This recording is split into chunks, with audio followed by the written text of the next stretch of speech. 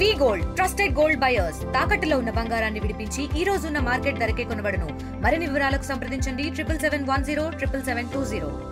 ఒకవైపు ఒక ప్రజాప్రతినిధిగా, ఒక శాసనసభ్యునిగా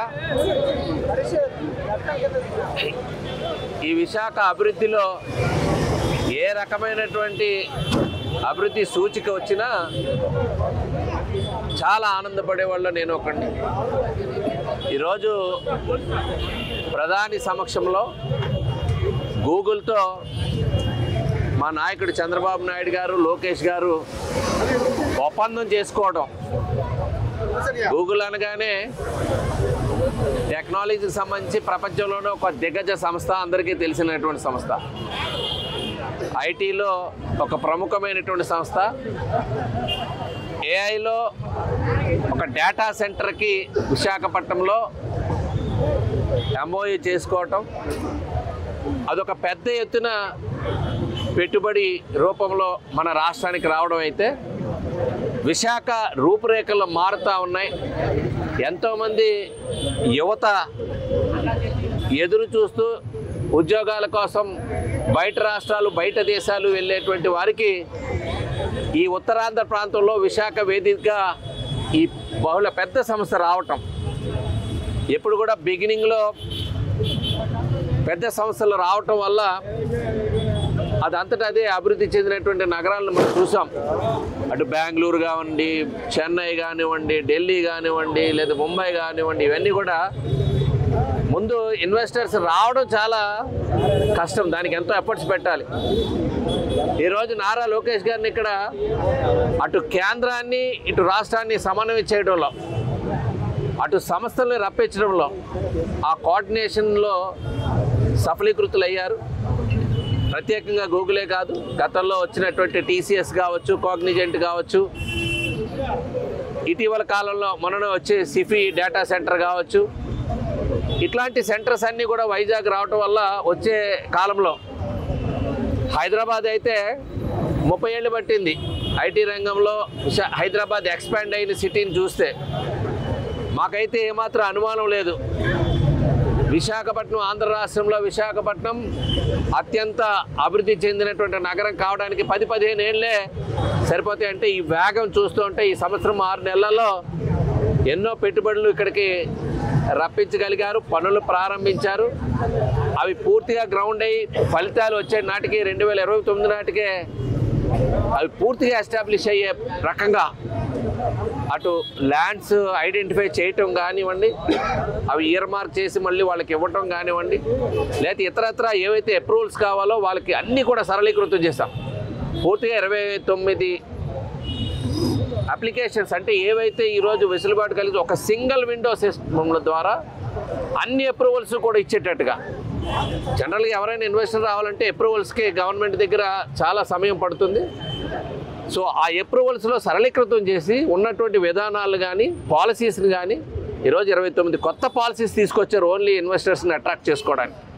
సో ఆ పాలసీస్ అన్నీ కూడా చాలా ఈజీగా ఇన్వెస్టర్ని అట్రాక్ట్ చేసుకునే విధంగా ఉన్నాయి. అందుకని ఈరోజు విశాఖ వైపు చూస్తున్నారు, ఆంధ్ర వైపు చూస్తున్నారు. కొత్త రాష్ట్రం, అనుభవజ్ఞులైనటువంటి నాయకుడు చంద్రబాబు నాయుడు గారు ఉన్నారు. ఆయన అనుభవంతో ఈరోజు ఇది జరిగింది.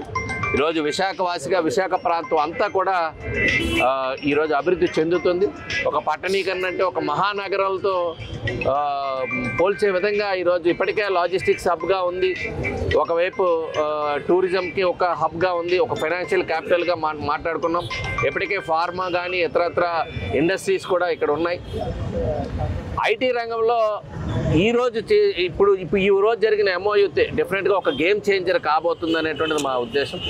తప్పనిసరిగా ఇది మంచి అభివృద్ధి చెందుతుందని చెప్పి చెప్తారు. గూగుల్ సంస్థ విశాఖపట్నంలో దాదాపు 87,000 కోట్ల పెట్టుబడి పెడుతూ దాదాపు 1,50,000 మందికి ప్రత్యక్షంగా కానివ్వండి, పరోక్షంగా కానివ్వండి ఉపాధి కల్పిస్తూ ఏదైతే పెట్టుబడిని తీసుకొచ్చారో అందుకు విశాఖపట్నం మాత్రమే కాకుండా ఈరోజు తెలుగు యువత అందరూ కూడా ఎంతో ఆనందంగా హర్షిస్తున్నారు. ముఖ్యంగా మన ప్రాంతంలో ఏదైతే ఉద్యోగాలు చేయాలంటే ఉన్నత చదువులు చదువుకున్న వారందరికీ కూడా ఇంజనీరింగ్ చేసిన తర్వాత ఐటీ ఉద్యోగాలు చేయాలంటే ఇప్పటి వరకు కూడా హైదరాబాద్ కానివ్వండి, లేదంటే బెంగళూరు కానివ్వండి, ఇతర నగరాలకు వెళ్ళాలి తప్ప విశాఖపట్నంలో ఒక మంచి ఐటీ ఉద్యోగాలు అనేటివి ఇప్పటి వరకు కూడా మనకు లేవు. ఇప్పుడు ఎప్పుడైతే ప్రపంచంలోనే ఒక అతిపెద్ద సంస్థ అయినటువంటి గూగుల్ సంస్థ మన దేశంలో ఎక్కడా పెట్టలేనటువంటి ఒక అతిపెద్ద ఎఫ్డీఐని ఈరోజు విదేశాల నుండి ప్రత్యక్షంగా పెట్టుబడి పెడుతూ ఈరోజు విశాఖపట్నం ఇంతమందికి ఉద్యోగ కల్పనకు ముందుకు వచ్చినందుకు మేమందరం కూడా యువత తరపున, అదేవిధంగా విద్యార్థుల తరపున, అందరి తరపున కూడా ముఖ్యంగా నరేంద్ర మోడీ గారికి, అదేవిధంగా ముఖ్యమంత్రి నారా చంద్రబాబు నాయుడు గారికి, ముఖ్య కారకులైనటువంటి ఐటీ శాఖ మంత్రులు నారా లోకేష్ గారికి అందరి తరపున కూడా వారికి శుభాకాంక్షలు తెలియజేసుకుంటూ ఇది ఒక మంచి పరిణామం, విశాఖపట్నంకు ఒక మంచి మైలురాయిగా ఇది మిగులుతుందని చెప్పేసి తెలియజేసుకుంటూ నారా లోకేష్ గారికి విశాఖపట్నంలో ఉన్నటువంటి యువత తరపు నుండి, అదేవిధంగా విద్యార్థుల తరపు నుండి శుభాకాంక్షలు తెలియజేసుకుంటూ ఈరోజు హర్షం వ్యక్తం చేస్తూ ఈరోజు టపాసులు కాల్చడం జరిగింది.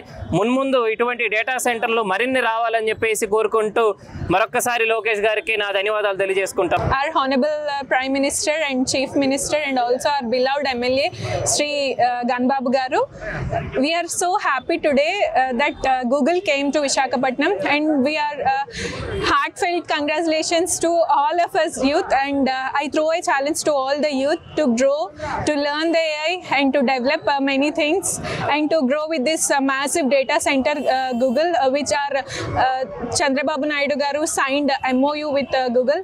I'm heartfelt thanks to all the team who worked and shared a lot of efforts to bring Google to Visakhapatnam. Thank you. తెలుగులో ఫాస్టెస్ట్ న్యూస్ ఇప్పుడు కొత్త అవతారంలో 5 సెకండ్లోనే పూర్తి వార్తా సమాచారం మీ చేతిలో.